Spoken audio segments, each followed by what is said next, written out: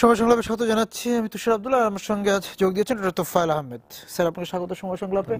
আলোচনার বিষয় হচ্ছে যে এই যে স্থানীয় সরকার নির্বাচনকে দলীয় পরিচয়ের ভিত্তিতে যে নির্বাচনের যে সিদ্ধান্ত হলো, বা সেই জায়গা থেকে কথা বলা যে ইউনিয়ন পরিষদ থেকে একদম সিটি কর্পোরেশন নির্বাচন, সিটি কর্পোরেশন নির্বাচনও তো অনেকটা তাই হলো। আর ইউনিয়ন বা পরিষদ সরাসরি না হলে উপজেলা পরিষদগুলোকে আমরা দেখেছি যে এক ধরনের প্রচ্ছন্ন তো সরাসরি ছিলই, থাকেই প্রভাব।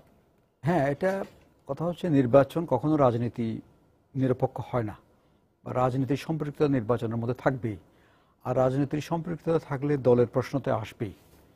আমরা যেটা দেখেছি অতীতেও আমাদের যে নির্বাচনগুলো হয়েছে, যদিও নির্দলীয় কোনো দলীয় পরিচয় না থাকারই কথা, কিন্তু যখন নির্বাচনের পরবর্তী সময় বিশ্লেষণে দেখা গেছে যে কত দল কত অংশ পেয়েছে, কতটা সিট পেয়েছে, উপজেলা পেয়েছে, এটা আমরা সবসময় পেয়েছি।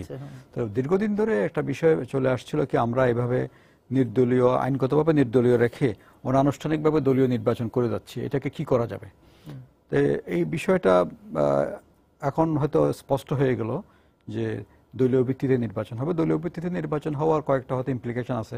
একটা হচ্ছে দল মনোনয়ন দিবে, দ্বিতীয় হচ্ছে দলের মনোনয়ন পেলে তারা দলীয় প্রতীকে নির্বাচনটা করবেন, এবং নির্বাচিত হওয়ার পরে বা নির্বাচিত যারা হবেন যে দলের, দল তখন এই লোকাল গভর্নমেন্ট সিস্টেমটাকে ওই মানুষগুলোর ভালো মন্দটাকে ওন করতে হবে। তারা তাদের যদি খারাপ কাজ করে তখন দলের এই দায়িত্ব এটা নিতে হবে। এখন হয়তো দল দায়িত্ব নিতে এড়িয়ে যাওয়ার সুযোগ পেত। এখন দল কি করতো যে দলের একাধিক ক্যান্ডিডেট দাঁড়িয়ে যেত, কেউ দল সমর্থিত বলা হতো, কেউ বিদ্রোহী বলা হতো, নির্বাচিত হওয়ার পরে আবার ঠিকই দল তারা গ্রহণ করতো, এবং নির্বাচনের প্রক্রিয়ার মধ্যে একটা বিশৃঙ্খলা তৈরি হতো। এখন হয়তো ওই দিক থেকে দলের জন্য একটা সুবিধাজনক অবস্থান হলো, এবং হয়তো দলীয় প্রতীকে নির্বাচনের প্রশ্নটা আসলো। এখন দলীয় নির্দলীয়টা কিন্তু আসলে কোনো সমস্যা না। সমস্যাটা হচ্ছে নির্বাচনটা আমাদের দেশে দীর্ঘদিন ধরে সুষ্ঠু হচ্ছে না। নির্বাচনের উপরে মানুষের আস্থা বিশ্বাস কমে যাচ্ছে, এবং নির্বাচনের সহিংসতা, জোর জবরদস্তি, অনিয়ম এগুলো বেড়ে যাচ্ছে। ওই জায়গাটাই কিন্তু আসল জায়গা। আদারওয়াইজ যদি এটা ঠিক থাকে এবং নির্বাচন দলীয় এবং নির্দলীয় হলে, তাতে কিন্তু ইউনিয়ন পরিষদ, উপজেলা পরিষদ, জেলা পরিষদ, পৌরসভা, সিটি কর্পোরেশন তাদের কাজের মধ্যে, ধারার মধ্যে পরিবর্তনের প্রশ্ন আসে না। কারণ কি, তারা তো একটা নিজস্ব আইনের মধ্যে কাজ করবে। তো যেটা আমাদের প্রধান সমস্যা হয়ে দাঁড়ায়, আমাদের যে নির্বাচিত নেতৃত্ব, তারা আইনের প্রতি শ্রদ্ধা তাদের অত্যন্ত কম, এবং সরকার এবং দলকে তারা এক করে ফেলেন। সরকার এবং দল যে আলাদা বিষয়। নির্বাচনের আগে আমার যে অবস্থান, নির্বাচিত হওয়ার পর যে আমার অবস্থান যে পরিবর্তন হয়, এখানে তো আমাকে একটা আইন মেনে কাজ করতে হয়। এই বিষয়টা অনেক সময় তাদের মাথায় থাকে না। তো সুতরাং দলগুলো যদি এটা কাউন্ট করে, তাহলে তারা দলের কর্মীদেরকে, দল নেতাদেরকে, সমর্থকদেরকে ওই বিষয়ে কিন্তু প্রশিক্ষণ দিবেন, ওই বিষয়ে ওরিয়েন্ট করবেন।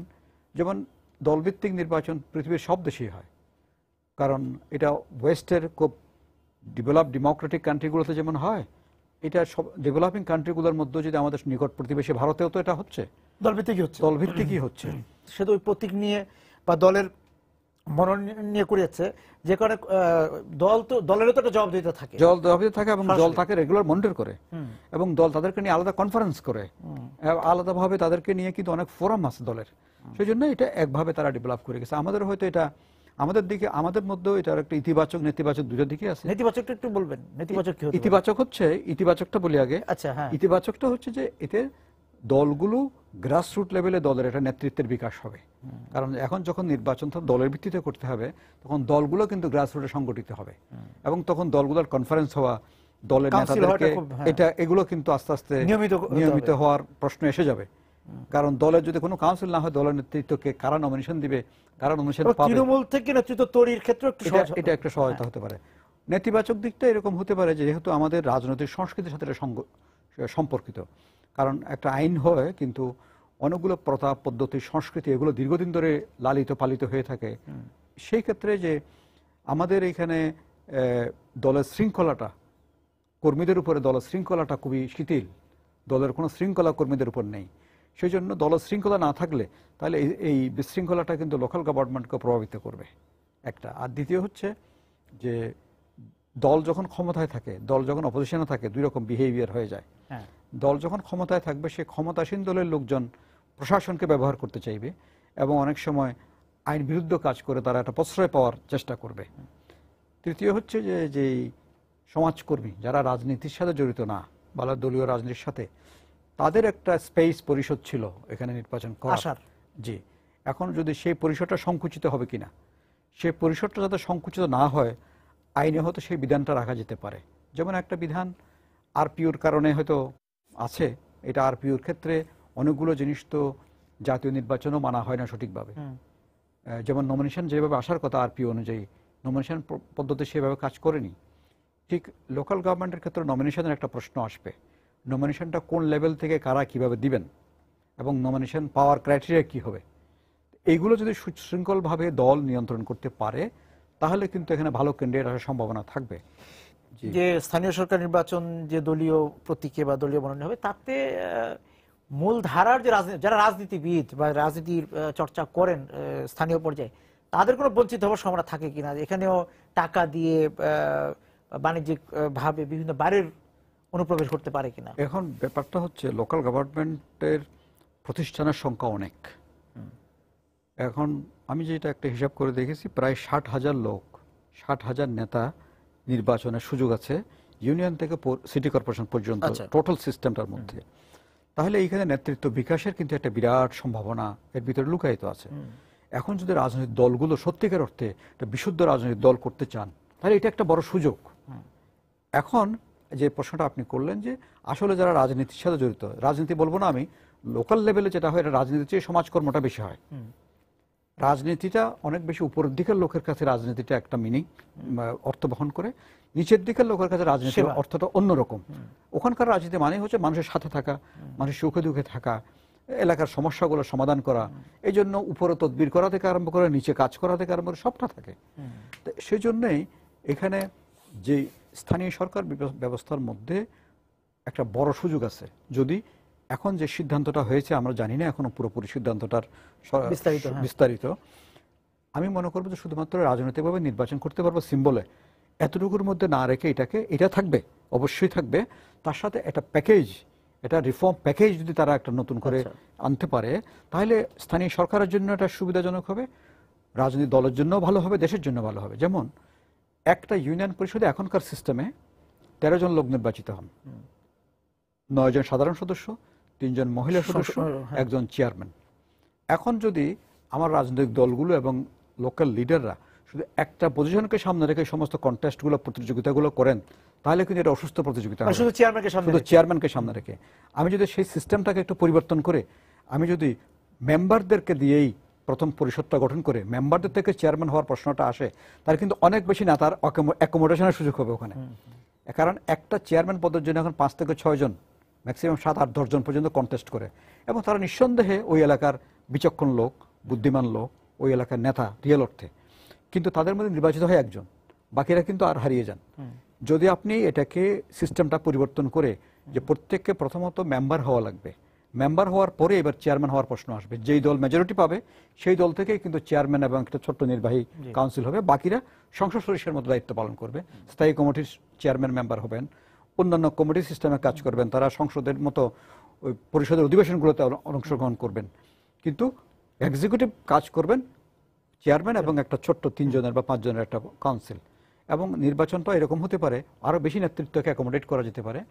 এখন যে ইউনিয়ন পরিষদের প্রশ্ন যদি আসে, 9,000 থেকে 90,000, 1.5 লাখ, 2 লাখ পর্যন্ত জনসংখ্যার ইউনিয়ন পরিষদ আছে। তাহলে আমি যদি ভোটার সংখ্যা অনুপাতে আসন বন্টন করি তাহলে কিন্তু সব জায়গাতে 9 সদস্য হবে না, সেই জন্য সদস্য সংখ্যা বাড়তে পারে, 12 হতে পারে, 15 হতে পারে, 20 হতে পারে, 30 হতে পারে। এটা ম্যাক্সিমাম সিলিং রাখেন, এটা মিনিমাম সিলিং রাখেন করে এটা 7 থেকে 12 এরকম যদি 7 থেকে না আরো বেশি হবে এটা 15। মনে করেন যদি অন্যদের বিদেশের উদাহরণগুলো নিই, ওয়েস্ট বেঙ্গলে এটা 500 পর্যন্ত যায় ভোটার একটা মেম্বারের জন্য। কেরালাতে এটা 300 থেকে 400-র মধ্যে থাকে, 300 থেকে 400 ভোটার পিছু 1 জন মেম্বার হয়। তাতে করে মেম্বারের সংখ্যা বেশি হয়। মেম্বারের সংখ্যা বেশি হলে ক্ষতি নেই, কারণ সবাইকে বেতন দেওয়া হয় না ওখানে, আমাদের দেশের মতো। ওখানে করা হয় যারা নির্বাহী দায়িত্ব পালন করে ফুল টাইম, তারা শুধু ফুল টাইম চেয়ারম্যান এবং একটা ছোট্ট কাউন্সিল, বাকিরা কিন্তু শুধু মিটিং আসে, লাউন্স পান। সুতরাং ওই পার্লামেন্টারি সিস্টেমের মতো করে এটা কাজ করে।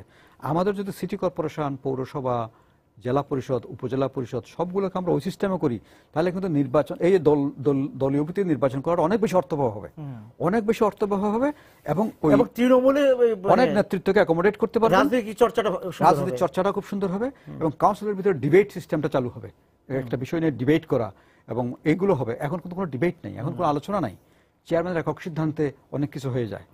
মেম্বাররা অনেক সময় শুধুমাত্র তার কাছ থেকে কিছু পৃষ্ঠপোষকতা গ্রহণ করে, প্রকল্প ভিজিএফ কার্ড এইসব নিয়ে প্রতিদ্বন্দ্বিতা করে। কিন্তু ওই সিস্টেমটা পরিবর্তন করতে গেলে এই সিস্টেমটা একটা মাইলস্টোন হলো যে দলীয় সিম্বল ইলেকশন হবে, এবং দলীয় সিম্বল ইলেকশন হওয়ার পর যদি আমি খোলা করলাম, কিন্তু এটাকে আরো একটা এগিয়ে নেওয়া যায় আর কি। আমি বললাম যে পার্লামেন্টারি সিস্টেমটাকে ইন্ট্রোডিউস করা যায়। যেমন আমি রিসেন্টলি ওয়েস্ট বেঙ্গল এবং কেরালাতে দেখার সুযোগ হয়েছে, রিসেন্টলি গত 2-3 মাস আগে দেখলাম তো ওদের নির্বাচনে ব্যয়টা অনেক কম। আচ্ছা, কেন কম সেটা একটু অনুসন্ধান করে দেখলাম। প্রথমত কম হচ্ছে একটা কারণ, তাদের জেলা পরিষদ, আমাদের মতো তাদেরও জেলা পরিষদ বলা হয় এটাকে, আমাদের উপজেলা পরিষদ সেটা ওয়েস্ট বেঙ্গলে হচ্ছে পঞ্চায়েত সমিতি, ব্লক লেভেল, এবং গ্রাম পর্যায়ে গ্রাম পঞ্চায়েত, পঞ্চায়েত সমিতি এবং জেলা পরিষদের নির্বাচন একই দিনে হয়।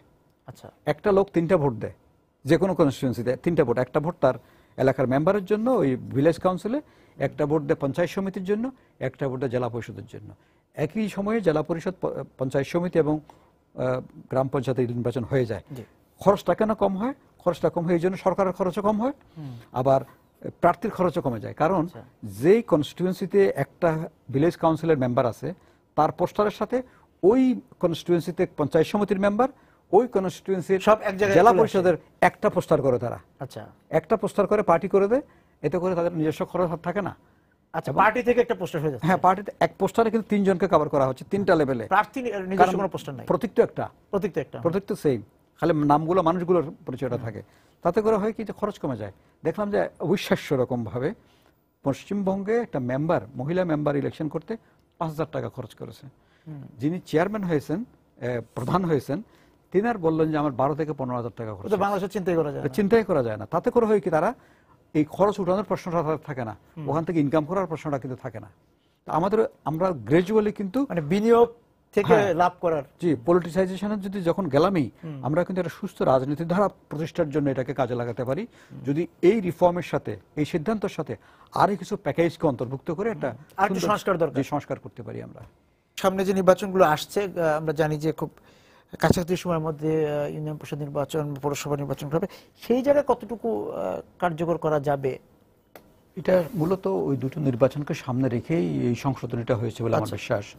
সেজন্য এটা কার্যকর করা সম্ভব আগামী পৌরসভা এবং ইউনিয়ন পরিষদ নির্বাচনে। আমি যেটা আগেও আপনার এখানে আলাপ করছিলাম, সেটা হচ্ছে এই ছোট্ট একটা রিফর্ম বা চেঞ্জ বা সংশোধনী, এটার মাধ্যমে যেটা হলো, এতদিন ধরে যে ধারাটা চলে আসছিল সেটাকে আনুষ্ঠানিক করা হলো। কিন্তু আমি অনুরোধ করব বা সুপারিশ করব, শুধু এতটুকুর মধ্যে সীমাবদ্ধ না রেখে এটাকে আরো কয়েকটা জিনিস ইনক্লুড করে যদি এটাকে একটা পূর্ণাঙ্গ আইন সংশোধনে আনা হয়, তাহলে কিন্তু এটা লোকাল গভর্নমেন্টের জন্য দীর্ঘমেয়াদে সুফল দিবে। এবং বাংলাদেশে যে উন্নয়নগুলো হচ্ছে এখন গ্রাসরুটে, মানে নিচের দিকে, এই সরকারের আমলে এটা স্বীকার করতে হবে, অনেক অনেক বেশি অর্থ তারা বরাদ্দ করেছেন নিচের দিকের জন্য, কিন্তু এটার ব্যবহারটা কিন্তু সঠিকভাবে নিশ্চিত করা হয়নি। ব্যবহারের ক্ষেত্রে গিয়ে সমস্যা হয়ে গেছে। ব্যবহারটা যদি সঠিক করতে হয়, তাহলে কিন্তু এই প্রতিষ্ঠানগুলোকে কিন্তু শক্তিশালী করতে হবে। কারণ আমাদের একটা সুবিধা অসুবিধা যাই বলেন, সেটা হচ্ছে জাতীয় সরকার আর নিচে স্থানীয় সরকার, মাঝখানে কিন্তু কোনো আঞ্চলিক সরকার নেই এখানে দেশে। যেমন অন্যান্য ফেডারেল কান্ট্রিগুলোতে যুক্তরাষ্ট্রীয় পদ্ধতিতে মাঝখানে একটা প্রদেশ বা একটা রাজ্য ব্যবস্থা আছে, কিন্তু আমাদের সেটা নেই। সেজন্য ওই দায়িত্বটা কিন্তু নিচের দিকে সুষ্ঠুভাবে পালন করার মতো একটা সিস্টেমে যাওয়ার জন্য কিন্তু এটা ব্যাপক আলাপ আলোচনা করে কিন্তু এই সংস্কারগুলো করা দরকার। এবং এটা 2020-এর মধ্যে কিন্তু এরকম একটা ভিশন নিয়ে যদি আগানো হয়, তাহলে আগামী তারপর 10 বছরে কিন্তু এসডিজি অর্জনে কিন্তু এটা বিরাট একটা অবদান রাখতে পারবে। এবং তাহলে এবার যেটা হচ্ছে যে এই যে নির্বাচন কমিশন আছে, সেই নির্বাচন কমিশন এবার স্থানীয় সরকার নির্বাচনগুলো খুব চ্যালেঞ্জের মুখে পড়বে, কারণ এখানে যেহেতু দলীয় অংশগ্রহণ থাকবে। এটা চ্যালেঞ্জ, একই রকমের চ্যালেঞ্জ থাকবে। কারণ হচ্ছে যেমন ধরেন, এখন হয়তো দেশে বিরোধী দলের উপস্থিতি আমরা খুব টের পাচ্ছি না, অন্তত জাতীয় সংসদে যারা আছে তারা বিরোধী দল না সরকারি দল এটা বোঝা যায় না, এটা সরকারিভাবে বিরোধী দল তারা। আচ্ছা, আর যারা মাঠে আছে তাদেরও কিন্তু খুব একটা কার্যক্রম দেখে দেশের মানুষ কিন্তু বুঝতে পারে না যে একটা বিরোধী দল দেশে আছে। হ্যাঁ, আমাদের দলগুলো চাঙ্গা হয় নির্বাচন আসলে। এখন হয়তো আমরা মনে করেছিলাম যে বিএনপি বা শরিক দলগুলো তারা সিটি কর্পোরেশন নির্বাচনের সুযোগটাকে গ্রহণ করে তারা দলকে গুছানোর জন্য এটা সুবিধা নিতে পারে। কিছুটা হয়তো সেটা শুরু হয়েছিল, কিন্তু শেষ পর্যন্ত এটা পারেনি। এখন হয়তো আমি মনে করব এটা টু আর্লি হয়ে যায় কথাটা বলা, এটা আরও একটু বিচার বিশ্লেষণ করতে হবে, কারণ দলগুলো কি করছে তো আমরা জানি না, আর সরকারের সেই সিদ্ধান্ত সেটাও তো আমরা জাস্ট পাবলিকলি জানলাম। সেজন্য বলছি, যদি ধরেন এই নির্বাচনটা দলীয় প্রতীকে নির্বাচন হয়, তাহলে দলীয় প্রতীক বলতে আমরা কি বুঝবো? আওয়ামী লীগ নৌকা, বিএনপির জন্য ধানের শীষ, জাতীয় পার্টির জন্য লাঙ্গল, জামাত ইলেকশন করতে পারবে কিনা আমরা জানি না। যারা যেই পার্টির যে সিম্বল আছে তারা সেই সিম্বলগুলোকে রিভাইভ করবে। এখন যদি মেম্বার একটা ইউনিয়ন পরিষদের একজন মেম্বার ক্যান্ডিডেট যখন একটা সিম্বল নিয়ে দাঁড়াবে, তখন তাকে অটোমেটিক্যালি পার্টির তকমা তার গায়ে লেগে যাবে। তাহলে এটা একটা সুযোগ এসে গেছে আবার সবার জন্য, তার পার্টিটাকে রিঅর্গানাইজ করা গ্রাসরুটে। এখন বিএনপি সেই সুযোগ নিতে পারবে না, তৃণমূলের রাজনীতি শক্তিশালী, তৃণমূলের এবং সরকারি দলের সম্পর্কে বলেছে যে অনেকটা অগোছালো, যেখানে ক্ষমতাসীন দল সবসময় একটু সরকারি দলের সুবিধা আছে যে তারা অগোছালো হলেও সরকারের থাকার কারণে গুছিয়ে নিতে সময় লাগে না, অন্তত ক্যান্ডিডেট পেতে অসুবিধা হয়। বিরোধী দলের ক্ষেত্রে সেই সুবিধাটা নেই, তাদের পক্ষে এটা অনেক কাঠখড় পুরাতে হবে। আর আমাদের দেশের রাজনৈতিক দলগুলো ক্ষমতা না থাকলে তখন তারা দিশাহারা হয়ে পড়ে, ক্ষমতায় থাকলে তখন তারা চাঙ্গা থাকে, উজ্জীবিত থাকে। তো এটা একটা আমাদের পলিটিক্যাল। আর স্বতন্ত্র প্রার্থীদের সম্পর্কে, স্বতন্ত্র প্রার্থী সম্পর্কে আমাদের যে ব্রিফিং যেটা শুনলাম তাতে বলা হচ্ছে স্বতন্ত্র প্রার্থীদের জন্য সুবিধাটা থাকবে। আমরা মনে করি সেই পরিসরটা সংরক্ষণ করা উচিত উদ্দেশ্যমূলকভাবে, সচেতনভাবে। কারণ হচ্ছে রাজনৈতিক দলেই প্রথম এবং শেষ কথা নয়। স্থানীয় পর্যায়ে জনসভা দেওয়ার জন্য কিছু মানুষ আছে, তারা কোনো দলীয় প্ল্যাটফর্মে যেতে চায় না বা যেতে ভয় পায় বা গেলেও থাকতে পারে না, বা তাদের মন মানসিকতা এটা খাটে না, দলও তাদেরকে নিতে চায় না বিভিন্ন কারণে, কিন্তু তারা সমাজে তারা অবদান রাখে, তাদের জন্য পরিসরটা রাখা উচিত।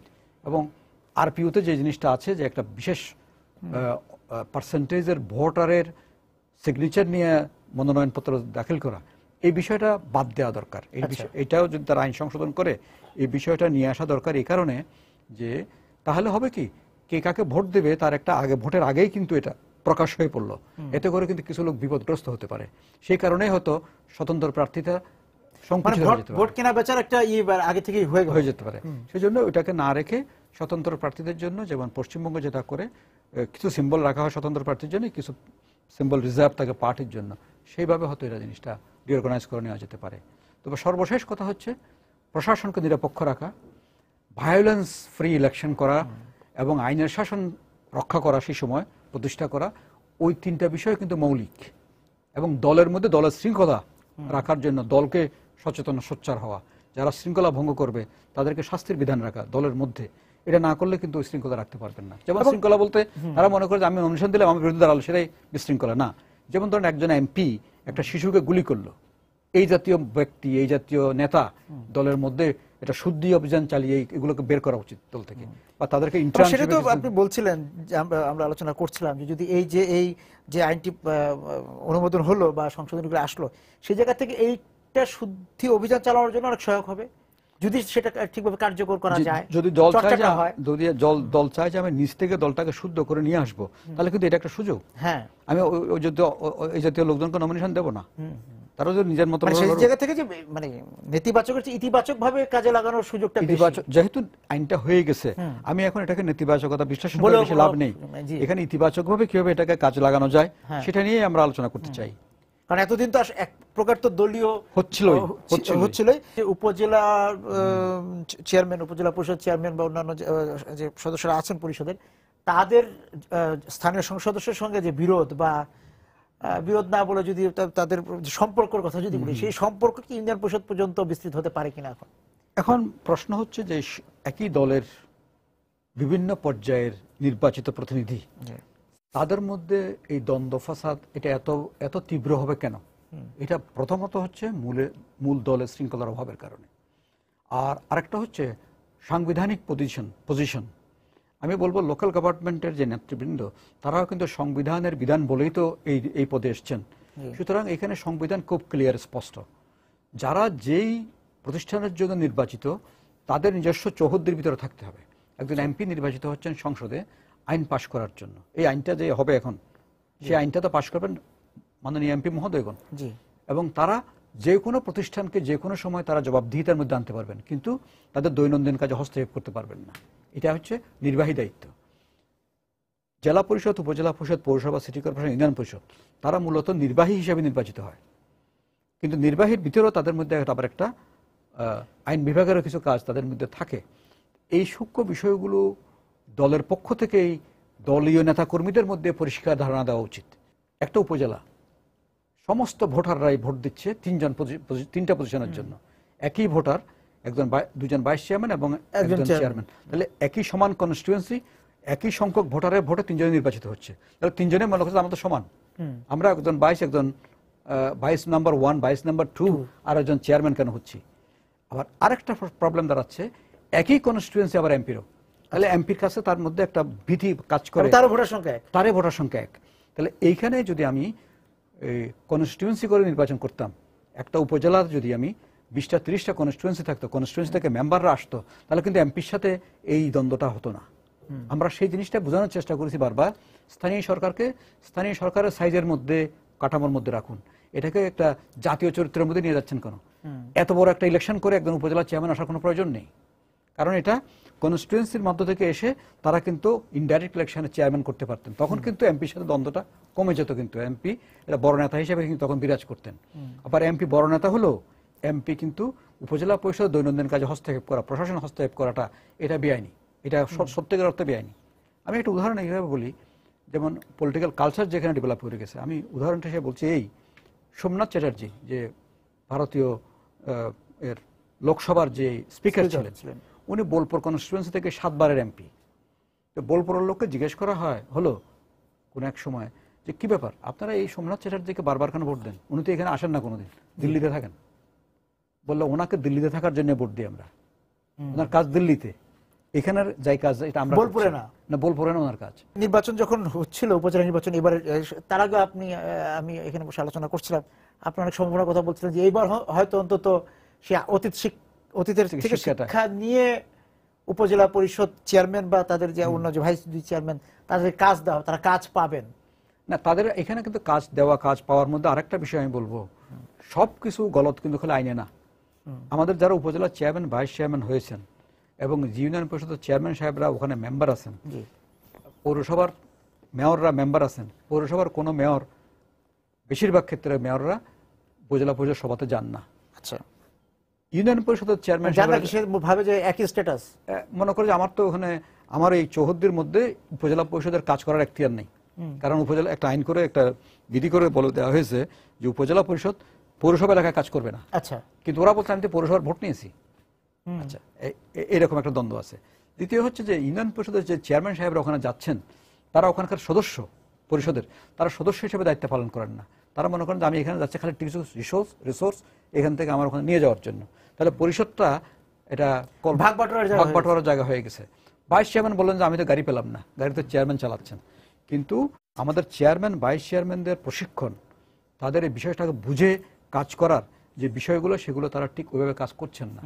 তারা এটাকে এক ধরনের ছেড়ে দিয়েছেন, উইথড্রল মেন্টালিটি এসে গেছে।